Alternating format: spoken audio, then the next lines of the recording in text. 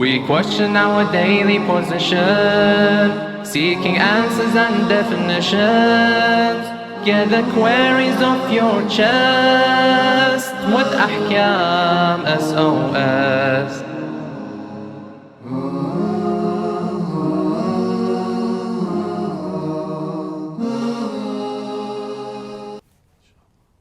Assalamu alaikum wa rahmatullahi wa barakatuh. Welcome to Ahkam SOS, the show that discusses Islamic duties and practices. This is a live show. We do taking your questions. So if you have a question on any topic to do with Islam, it can be in regards to finance, business, it could be marriage, could be property, what to do when traveling, what not to do, in certain situations. Send in all your questions via the WhatsApp, the email address. If you're watching on Facebook Live or on YouTube, put your questions in the comment section and inshallah they'll be able to forward the questions to myself. Why not give us a call in the studio, +44 203 515 0199, and inshallah myself and the Sheikh will be able to answer your questions. I'm your host Mohsin Shah, and joining me is Sheikh Ali Ma'a. Assalamu alaikum, Sheikhana. Assalamu alaikum wa rahmatullah. How are you doing this evening? Alhamdulillah. MashaAllah. Sheikhna, if one makes a simple mistake while performing the Salah and then realizes his mistake and rectifies it, what should one do? Bismillah ar-Rahman ar-Rahim. Alhamdulillahi Rabbil Alameen. Wa sallallahu ala Muhammadin wa alihi al-Tahirin. Wa la'natullahi ala a'da'ihim ajma'een. We have what is known as Sajdatay as-Sahu, the two oversight prostrations. And you do that if there's any addition or subtraction from the Salah. Whatever has been added to the Salah, let's say a word or an act in which is outside the Salah, or it's not in the right position of the Salah, or you take something away from the Salah, you miss something, which is not rukun, as I've said before. It's not the main core of the basis of the Salah, which avoids the Salah eventually if you leave it. So for such mistakes, when you finish your Salah, when you say Assalamu alaikum wa rahmatullahi wa barakatuh, you go to sujood, to sajda, with the intention of sajda as-sahu, oversight sajda, to recover this fault or mistake. I see, excellent. Shaykh, a question from, I think it's from the YouTube, one of our social media platforms. Are the population of Jinn more than human? So I guess a lot of us, we don't know much about the Jinn. We do know that they are a creation of Allah subhanahu wa ta'ala. They are made from smokeless fire. We can't see them, but they can see us. We also know things like that they have their own communities, they have their own judicial system, and some say that they're not as material as us, as in that they're not made from clay, therefore they don't need to eat and things like that. Some say they can even ascend to the heavens and so forth. Sheikhna, do you have anything that you know more about the Jinn and their population and how many they are? Well, I haven't seen or read anything about the Jinn's population in overall, but what I have heard or read is that the population of the Malaika, the angels, are huge. Wow.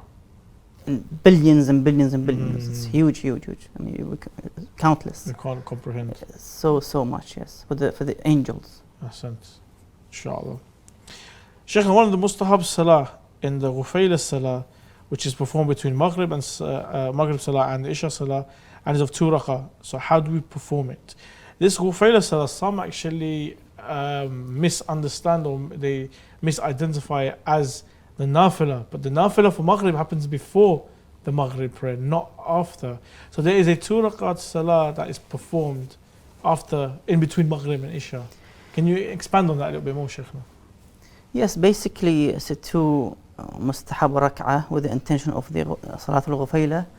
You pray it after Salatul Maghrib. You stand up, intention of 2 rak'ah, and then you read Surah Al-Hamd in the beginning, and then you come to this verse which is in Surah number 21 verses 87-88, which begins with the noon إذ ذهب مغاضبا. So straight away when you say ولا الضالين, you start with the noon إذ ذهب مغاضبا to the end of the 2 verses. And then you go to the ruku' and sujood. You stand up again for the second rak'ah. Again, you recite Surah Al-Hamd. And then you recite the other verse in Surah number 6, verse 59. وعنده مفاتح الغيب, to the end of the verse. And then you go for the qunut. There's a dua in the qunut which begins with Allahumma nas'aluka mafatih al-ghayb to the end of the dua of qunut, and then you go to the ruku' and sujood and you end your salah. So it's a mustahab, I mean, salah between the maghrib and isha, in which the one can increase his rewards by these acts. As you mentioned, you have nafila, maghrib, isha. I know it's going to be lots of prayers and rak'at, but if you can, then that will be a credit. 51 rak'ah, I think, in total for the daily. Yes. The mustahab and the wajib included. Shaykh, a question from one of our viewers, I think it's from the social media. How do we write an Islamic will? Is there a specific way that we can write our will, or do we just piece of paper, Bismillah ar-Rahman ar-Rahim, and then just write down maybe your assets and then what you'd like to go where? I mean, we can go back to the books of the ulama. They have wrote their wills in some of them. We can take, for example, a copy from that, you know. Oh, so they've got the format there. Yeah, there is a format, but I mean, it's not compulsory to write to these formats. Okay. But usually they write, you know, Fulan ibn Fulan yashhadu an la ilaha illallah wa anna Muhammad Rasulullah, to the end. Initially testifies that, you know, Allah, to the Prophet, to the Imams alayhi salam, and then he starts, for example, his will in terms of any qada, salah, prayers, fast, and so forth. Hajj. So, I mean, you can just write your own will in the way you see it useful. Okay. What's important that you write what you want to be done after, inshallah, long years of age. Awesome. Fantastic. Shaykhna, if one learns after a salah's prescribed time that one salah has been void, does that one still need to make it up later as qada? So I guess what they're trying to say here is that I've prayed, let's say I've prayed my Zuhr, Asr, I prayed my Asr prayer, and then it's time for Maghrib now, and then I've gone back to thought about my Asr and I thought, oh, I didn't perform this or perform that properly, and my salah was batil. Do I need to perform the qada of that prayer, or is it okay that the time has passed now and at that time I thought it was sahih? You see, it is mandatory and wajib for the one who either has not prayed or prayed and the prayer was void and invalid, to make sure that they do the qada, to make it up later, because this salah was not accepted, either because of the conditions are not met or he hadn't actually performed the salah. Like Salat al-Subh, many people would sleep and are unable to wake up for whatever reason is there to perform Salat al-Subh inside the time of between the dawn and the sunrise. So you haven't prayed it, you have to pray it. Also, if the salah is batil, let's say you forgot to do the wudu and you came and prayed, it is full prayer salah but without wudu, and you just became aware after, let's say, 1 or 2 days, this salah becomes wajib to be performed as qada afterwards. You cannot leave it because, oh, I just did it, I just prayed, khalas, I did my duty. La, you have to perform this duty with all its condition and criteria. You can't just leave it and walk off. So make sure that you do it properly, or you have to redo it again. Inshallah. Sheikh, a question from one of the viewers. Can women wear black outside the season of mourning? Now, Sheikh, when it comes to, you know, wearing black, as you are fully aware, a lot of our sisters wear black to, you know, not attract attention from other people, especially during the istishhad of the Imam and the holy Ahlul Bayt and, you know, some of the companions as well. We wear black to mourn and to, you know, commemorate their lives. Outside of those events and those timings of the month, can we wear black? Can the sisters wear black? Is it okay?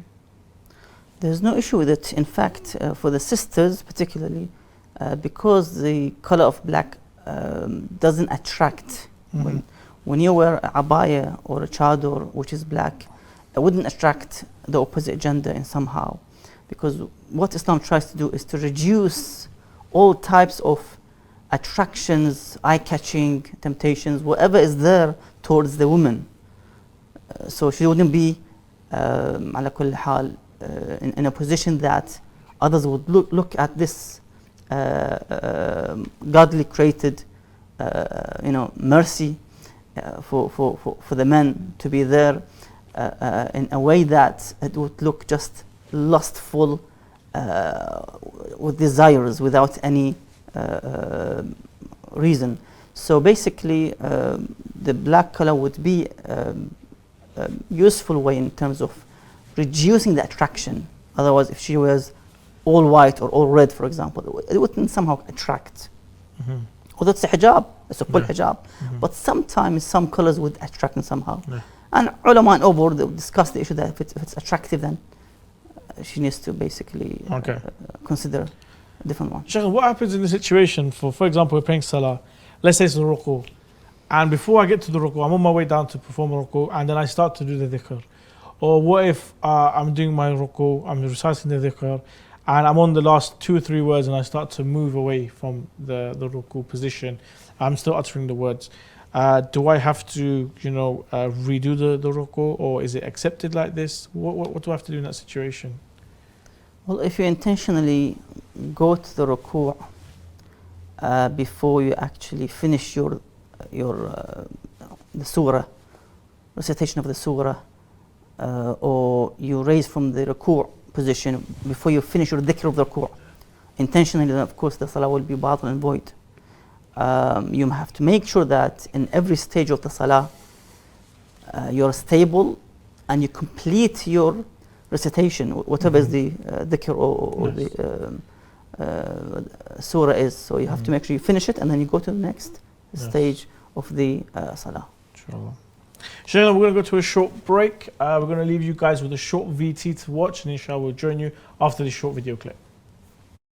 I have a question regarding keeping pictures of Is it scholars at permissible to home. plant trees by or What over does Islam the establish graves? based on peace and Is it permissible non-violence? to collect donations for charity projects from Is it permitted individuals? to consume canned food imported from non-Muslim Is there an countries? issue for men looking at non-Muslim women? To have your questions answered live, call in on +44 2035 150199 or WhatsApp us on +44 7415 092155.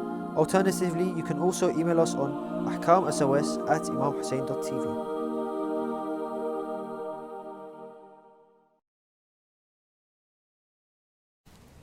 Assalamu alaikum wa rahmatullahi wa barakatuh. Welcome back to Ahkam SOS. Yes, we do have, we do take in all your questions and we do our best to try and answer them. If you have a question, you can send it via the WhatsApp, the email address. If you're watching on Facebook Live or you're watching on YouTube, send your questions in the comment section. Hopefully the back staff will be able to send them forward to me. Why not give us a call here live in the studio, +44 203 515 0199. Inshallah, myself and the Sheikh will be able to discuss and answer any of your questions, inshallah. Assalamu alaikum, Sheikhna. Assalamu alaikum. Sheikhna, in this day and age, we have so much technology. Even the way we are playing games and entertainment is different. Now, we know that playing cards is haram because obviously it is an instrument of gambling. However, is it permissible to play cards with the electronic devices such as computers and smartphones? There are plenty of games, non-gambling ones as well, that use cards. Are we allowed to as Muslims? Well, playing all types of gambling games is absolutely forbidden and haram. These are made for the gambling purposes and qimar, in other words. So playing with them is haram, be it through the same, let's say, tool of gambling, such as the cards, for example, or by the computer and so forth, Or the other machines, devices. yeah. It's haram. You cannot play with them. I see. Sheikhna, is it permissible for a husband to dispense of his wife's money? His Eminence, the Grand Ayatollah Sayyid Sistani, has an opinion on this. What's his opinion? The Sayyid mentions that it's not permissible except with her permission. Okay. He must satisfy the wife before using, or even when using the money that she has saved for herself, for example, her own money. So a question, I believe, from one of our viewers, and that is, According to His Eminence, the Grand Ayatollah Sayyid Khoi, rahmatullah alayhi, the late Grand Ayatollah, is it permissible to eat crabs? No, the Sayyid is clear that it's not permissible to eat crabs. There is a hadith from Imam Ja'far al-Sadiq alayhi salam. He says with regards to eating what type of fish, he says, كُل مِنَ السَّمَكِ مَا كَانَ لَهُ فُلُوسٌ. Eat from the fish which has scales. Scales, yes. وَلَا تَأْكُل مِنْهُ مَا لَيْسَ لَهُ فَلَسٌ. And avoid eating the ones which has no scales. And definitely the crabs and such like squids, they have no scales. Crabs have shells. Yeah, so they have to have scales and not shells. Another question from one of our viewers, Shaykhana, is it haram or makruh to work on Ashura, which is the 10th of Muharram, Tasu'a, which is the 9th of Muharram, and the days of the martyrdom of the Ahlul Bayt alayhi salam, with the opinion of the Grand Ayatollah Sayyid Sistani. Now, Shaykhana, we have big commemorations for the Ahlul Bayt. In Ramadan, we have, the istishhad of Imam Ali, very big in the Shia community. Everyone's there at the mosque. Also with Imam Hussein, Fatimiyya comes 3 times a year. Zainabiyya comes as well. We have Imam Sajadiyya as well. Especially in the Pakistani community, we have 10 days after Ashura dedicated to Imam Sajjad alayhi salam. And as you know, Muharram, one of the biggest. On these days, they can conflict with our work. Now, we do our best to attend the majalis, to go pay our respects, to go and give our azah, and also to perform the amal of those nights as well. Are we allowed to go to work, or is it makruh to go to work on those days?